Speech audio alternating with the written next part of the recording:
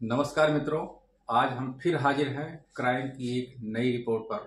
कबीरधाम छत्तीसगढ़ कवर्धा की घटना है, जहां पर 37 वर्षीय वसुंधरा अपनी मां पल्लवी के साथ रहती थी। वो भी 60 वर्ष की थी और दोनों शिक्षक कॉलोनी में रहती थी। कहते हैं आज के युग में सोशल मीडिया इतना एक्टिव है कि कब कहां किससे संबंध बन जाए कुछ कहा नहीं जा सकता। वही हाल यहाँ पर हुआ।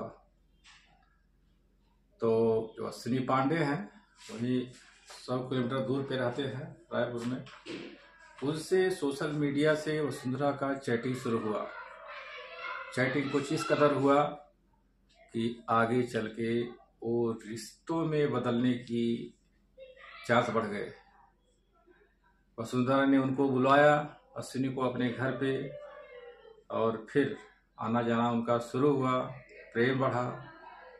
और फिर जब अश्विनी को ये बात मालूम हुआ कि वसुंधरा इसके पहले भी शादी कर चुकी है और उनका तलाक हो चुका है, तो उनका कुछ मन खटका।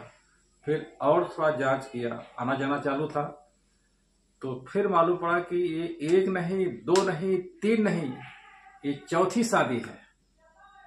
सोच सकते हैं, तीन शादी कर चुकी वसुंधरा, ये चौथी शादी है। फिर उनके मन में आया अश्विनी के कि नहीं, ये शादी नहीं कर सकते हम। तब उनकी माँ पल्लवी और वसुंधरा दोनों ने जाके पुलिस में कंप्लेन कर दिया और ऐसा दबाव बनाया कि अश्विनी को विवश होना पड़ा शादी के लिए। फिर क्या था, शादी का डेट पड़ा और समस्या यहाँ आ गई कि अब शादी होनी ही होनी है। फिर अश्विनी ने वसुंधरा को ले गया ब्यूटी पार्लर। वहाँ पर ब्यूटी पार्लर करके बोले तुम आ जाना घर पे। और यहाँ उनकी माँ थी अकेली।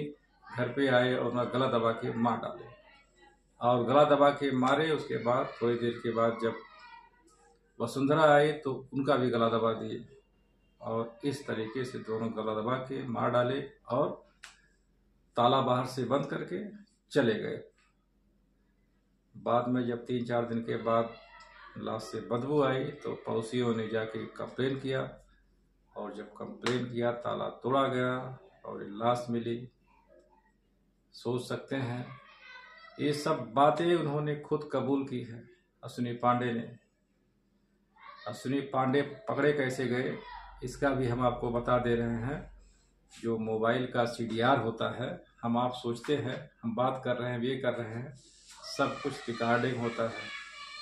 इसके लिए संभल के काम कीजिए, संभल के बात कीजिए, सोशल मीडिया का उपयोग कीजिए, लेकिन सही तरीके से, गलत तरीके से नहीं।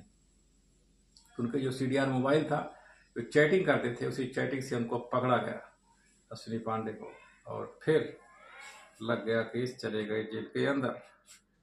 तो ये पूरी घटना सुनाने का जो तात्पर्य हमारा ये है कि बहुत सोच समझकर सोशल मीडिया पे एक्टिव रहिए, लेकिन बहुत संभल कर।